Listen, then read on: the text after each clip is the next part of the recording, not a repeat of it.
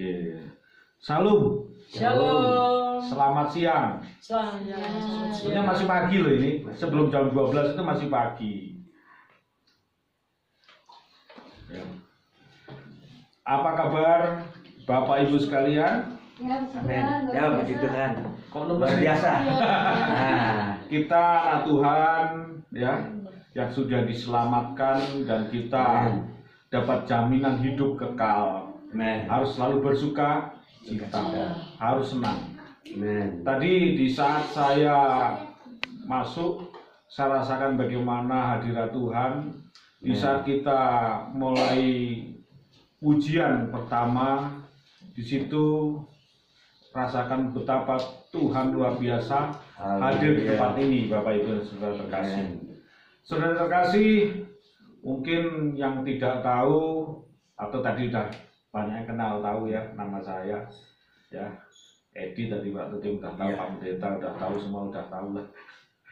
Nah, pada hari ini kita akan belajar akan firman Tuhan, ya. Sebenarnya tadi waktu saya di gereja itu baru buka HP. Oh iya ya sudah, ya Pak, udah itu aja. Saya persiapan berangkat, jadi pulang gereja langsung saya masuk ke sini. Mari kita belajar bersama-sama di dalam kitab 2 Tawarikh pasal 20. Kitab 2 Tawarikh pasal 20. 2 Tawarikh pasal 20.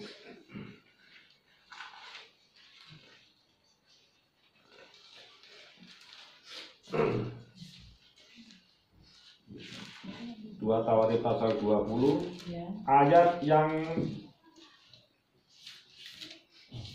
ke-21. 2 Tawarikh pasal 20 ayat yang ke-21. Mari kita baca bersama-sama. Setelah ia berunding dengan rakyat, ia mengangkat orang-orang yang akan menyanyi nyanyian untuk Tuhan dan memuji Tuhan dalam pakaian kudus yang semarak pada waktu mereka keluar di muka orang-orang bersenjata sambil berkata, nyanyikanlah nyanyian syukur bagi Tuhan, bahwasanya untuk selama-lamanya kasih setianya. Terpujilah nama Tuhan. Haleluya. Bapak Ibu yang saudara terkasih, kalau kita baca dari ayat-ayat sebelumnya, pada hari ini kita belajar bagaimana pujian berkuasa atas pergumulan hidup. Dengan tema pujian berkuasa atas pergumulan hidup atau masalah. Bapak Ibu yang terkasih, di sini bahwa Raja Yosafat, ya, Raja Yosafat itu sebagai Raja Yehuda, ya, sebagai Raja Yehuda itu akan diserang oleh Bani Moab dan Bani Amon. Jadi kerajaan Yehuda yang sebagai raja adalah Raja Yosafat itu mulai akan seperti mungkin sekarang ini, mungkin Bapak Ibu lihat di media sosial ya, bagaimana Israel ya ramai, mungkin setiap hari mungkin kalau kita ketemu teman-teman itu, wah bagaimana kondisi sekarang, bagaimana itu Israel atau bagaimana itu kan mulai ramai itu kan. Ini sama, nah, ini Raja Yosafat ya, ini dalam posisi lagi terancam kerajaannya oleh Bani Moab dan Bani Amon. Jadi seluruh bala tentara dari Bani Moab dan Bani Amon itu mengelilingi kerajaan Yehuda. Jadi kerajaan Yehuda posisinya lagi mau diserang oleh kerajaan-kerajaan musuh. Jadi mulai mau dihancurkan. Ya. Dalam posisi terjepit, dalam posisi terancam, atau seperti bahasanya seperti telur di ujung tanduk, mau bergerak ke kiri musuh, ke kanan musuh, mundur ke belakang musuh, ke depan musuh. Jadi Raja Yosafat, aduh, harus berbuat apa? Tapi puji Tuhan, Kalau kita baca lagi di dalam ayat yang ke-3, saya minta salah satu baca. 2 Tawarikh 20 Ya. ayat yang ke-3, monggo. Yosafat menjadi takut, lalu mengambil keputusan untuk mencari Tuhan. Ia menyerukan kepada seluruh Yehuda supaya berpuasa. Terima kasih. Jadi apa yang dilakukan oleh Raja Yosafat? Mencari Tuhan dan berpuasa. Di tengah-tengah pergumulan, di tengah-tengah ancaman dari musuh, dari Bani Moab dan Bani Ammon yang akan menghancurkan raja, yang akan menghancurkan kerajaan Yehuda, yang dilakukan oleh Raja Yosafat bukan untuk bagaimana strategi perangnya, bagaimana kita harus berperang, bagaimana kita harus menghancurkan musuh, bagaimana kekuatan, kemampuan prajurit saya. Tidak, Bapak Ibu. Yang dilakukan adalah mengandalkan Tuhan apa? Mencari Tuhan. Ingat, mencari Tuhan dan berpuasa. Itu satu poin. Ya, mencari Tuhan dan berpuasa. Yang kedua, ya, ayat 15, saya minta baca, ayo kita belajar sama-sama di sini. Ayat 15G. 2 Tawarikh 20 ayat 15. Dan berseru, camkanlah hai seluruh Yehuda dan penduduk Yerusalem dan tuanku Raja Yosafat, beginilah firman Tuhan kepadamu.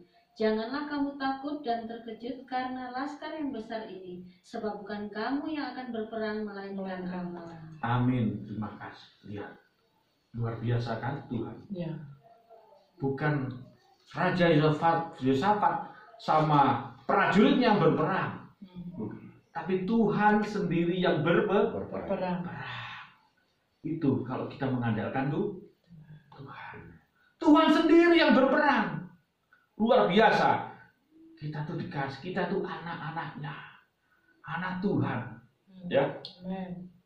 Di saat ada masalah, di saat ada pergumulan, tidak lari kanan ke kiri, bahkan sudah seperti telur di ujung tanduk, gak bisa bergerak kemana-mana Raja Yosafat. Tapi dia mencari Tuhan, berdoa dan berpuasa. Akhirnya apa yang terjadi? Ayat 15, Tuhan sendiri yang berperang. Ya, apa kurang enak jadi anak Tuhan? Luar biasa ya kan? Kita belajar lagi. Poin yang ketiga. Ayat 18, saya minta baca. Lalu berlututlah Yosafat dengan mukanya ke tanah. Seluruh Yehuda dan penduduk Yerusalem pun sujud di hadapan Tuhan dan menyembah kepadanya. Amin. Jadi Raja Yosafat mengajak seluruh orang rakyat Yehuda, ayo beriman, ayo berlutut kepada Tuhan. Berlutut, kita sembah Tuhan.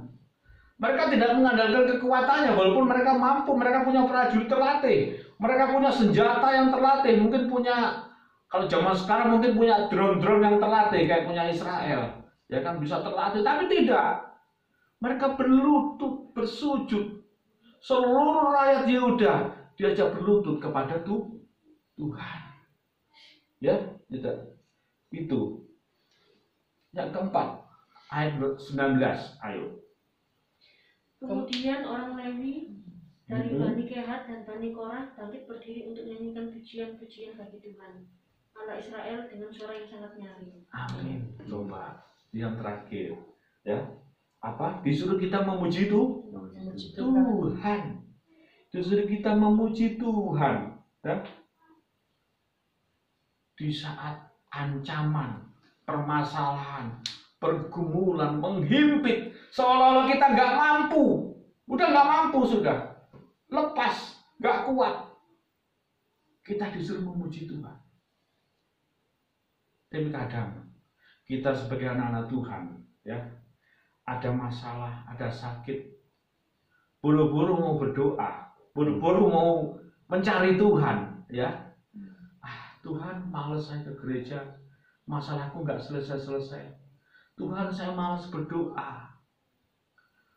Masalahku banyak. Di saat bangun tidur yang dipikir masalah.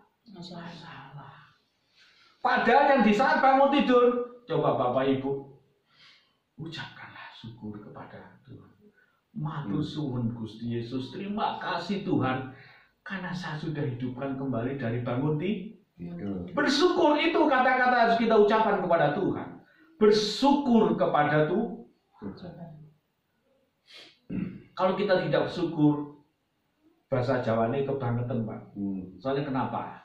Coba Bapak Ibu lihat saudara kita yang lagi di ruang ICU, ya, lagi sakit, lagi menghirup oksigen yang harus membayar satu tabung itu 500.000.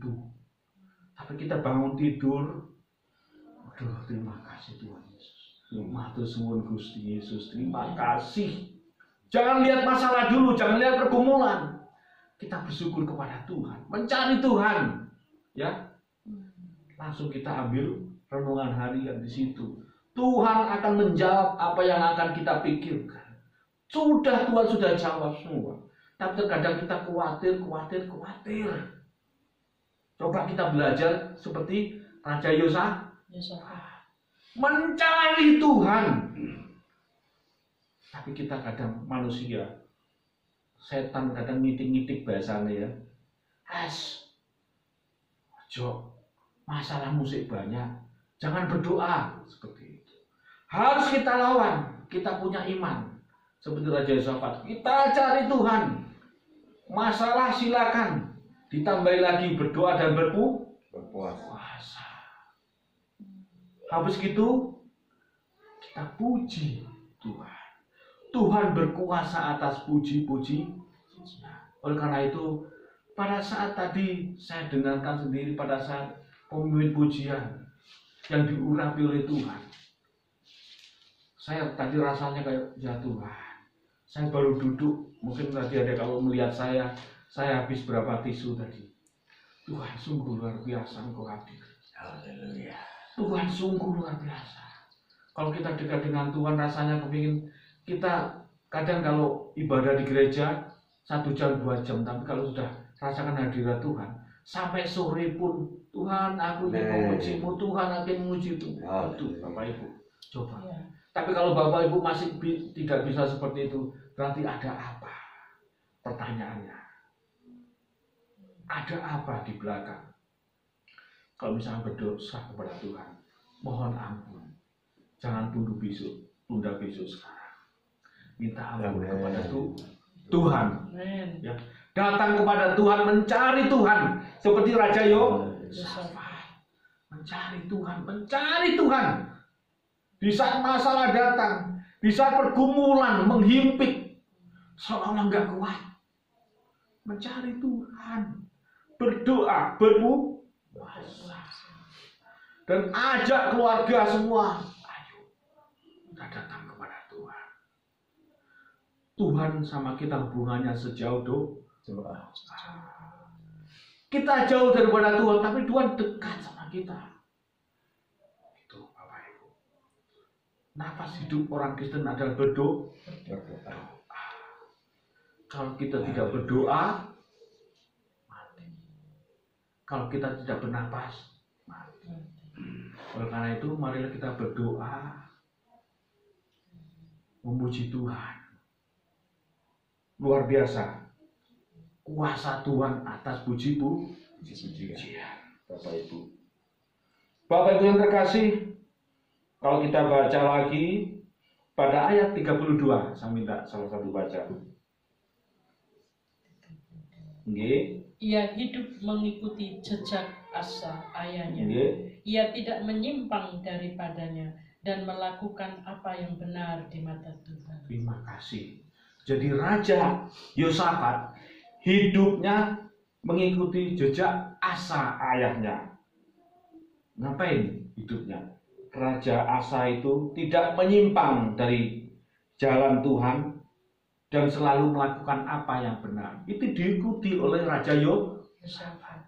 Hidupnya tidak menyimpang dari jalan Tuhan dan selalu melakukan apa yang benar di hadapan Tuhan. Dan Tuhan suka itu. Bapak Ibu yang terkasih, mari kita koreksi diri kita masing-masing. Kalau Tuhan ingin menjawab doa kita, kalau Tuhan ingin kita menjadi sahabatnya, seperti Raja Yosafat, kita hidup yang benar. Jangan menyimpang ke kanan dan ke kiri, tapi tetap hidup di dalam Tuhan. Itu. Yang terakhir, kalau kita baca, saya minta Kolose pasal 3 ayat 16 dan 17. Kolose 3 ayat 16 dan 17 bunyinya demikian. Hendaklah perkataan Kristus diam dengan segala kekayaannya di antara kamu, sehingga kamu dengan segala hikmat mengajar dan menegur seorang akan yang lain, dan sambil menyanyikan mazmur dan puji-pujian dan nyanyian rohani, kamu mengucap syukur kepada Allah di dalam hatimu. Dan segala sesuatu yang kamu lakukan dengan perkataan atau perbuatan, lakukanlah semuanya itu dalam nama Tuhan Yesus sambil mengucap syukur oleh Dia kepada Allah Bapa kita. Amin. Jadi mengucap syukur lewat puji-pujian. Jangan anggap remeh Bapak Ibu di saat kita menyembah Tuhan. Coba kita belajar. Saya itu dulu kadang hidup saya itu kadang lihat orang, saya kan hidup saya dulu kadang di gereja Pantekosta, kadang di gereja GBB, kadang di gereja, jadi saya tahu. Tapi setelah saya mengalami sendiri perubahan Tuhan, ubah saya sendiri, luar biasa. Di saat kita memuji Tuhan, puji-pujian kita, lagu rohani kita itu bukan bukan lagu ecek-ecek, tapi lagu yang penuh kuasa. Kalau kita mengimani lagu ini, satu lagu kita langsung menghadap Tuhan. Di saat kita menyembah Tuhan, Tuhan hadir Bapak Ibu. Ya. Jadi sesuatu tema yang saya bacakan, bagaimana menghadapi masalah pergumulan dengan kuasa puji-pujian. Bapak Ibu yang terkasih di dalam Tuhan kita Yesus Kristus, di saat kita dalam pergumulan masalah cobaan, apa yang harus kita lakukan? Nyanyikanlah lagu pujian. Mungkin saya bisa minta dibantu pemain musik lagu Yesus baik. Semua baik, semua baik. Apa yang telah kau perbuat di dalam hidupku, semua baik, semua baik. Apa yang kita jadi bantu untuk lagu ini.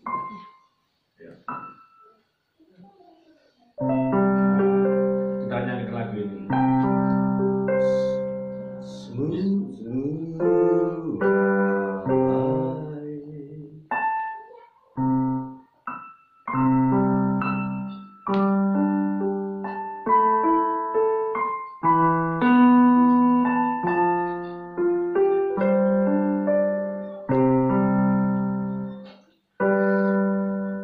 Dari semula telah kau tetapkan hidupku dalam tanganmu, dalam rencanamu Tuhan.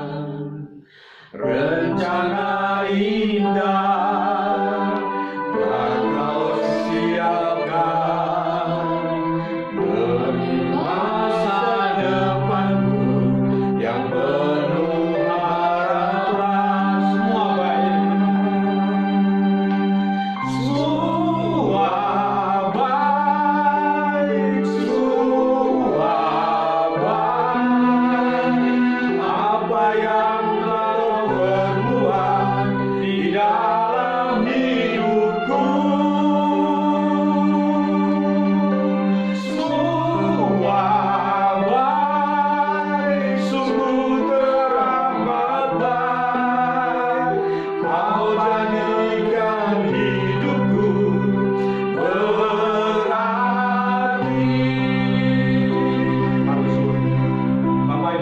kasih, mungkin Bapak Ibu baru tahu lagu ini. Siapa yang menciptakan?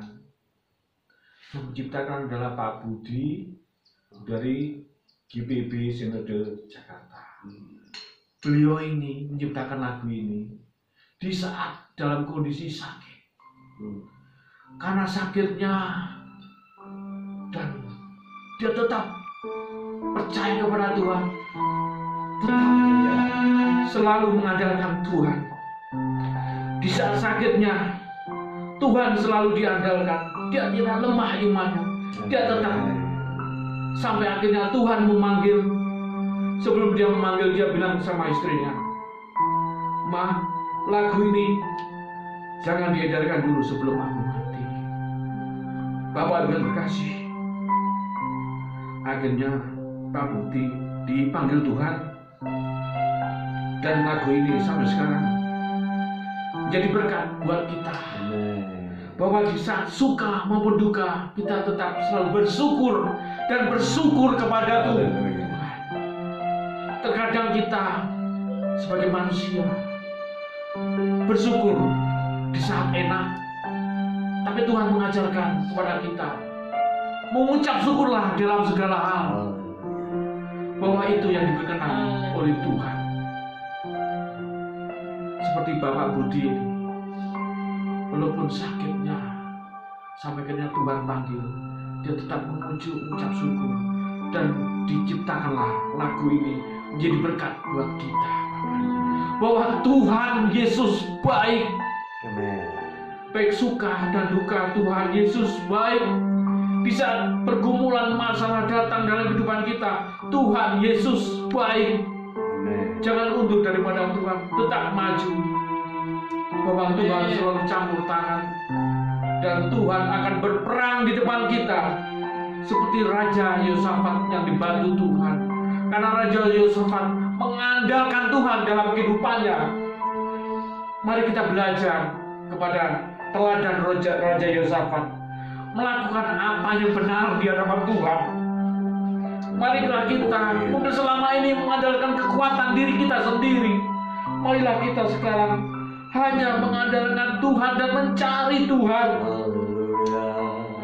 Marilah kita nyanyikan selalu pujian syukur kepada Tuhan, bahwa Tuhan sendiri akan berperang. Tuhan sendiri akan menyelesaikan bergumulan masalah dalam kehidupan kita, Bapak Ibu. Yang penting kita tidak menyimpang dari jalan kebenaran, hidup benar di hadapan Tuhan. Tuhan Yesus memberkati. Mari kita berdoa. Haleluya. Tuhan Yesus Allah kami yang baik. Ya. Ini yang dapat kami sampaikan ya Bapak. Biar Tuhan sendiri campur tangan. Di saat kami dalam permasalahan pergumulan dalam kehidupan kami, di saat sakit penyakit tidak sembuh ya Bapak, tapi Engkau baik kepada kami Bapak. Yesus, di saat masalah kami belum selesai, tapi Engkau baik kepada kami. Yesus, Engkau baik. Haleluya Yesus. Kami percaya bahwa Tuhan, kuasa-Mu dari dahulu sekarang selamanya tidak berubah Bapak. Terima kasih Tuhan.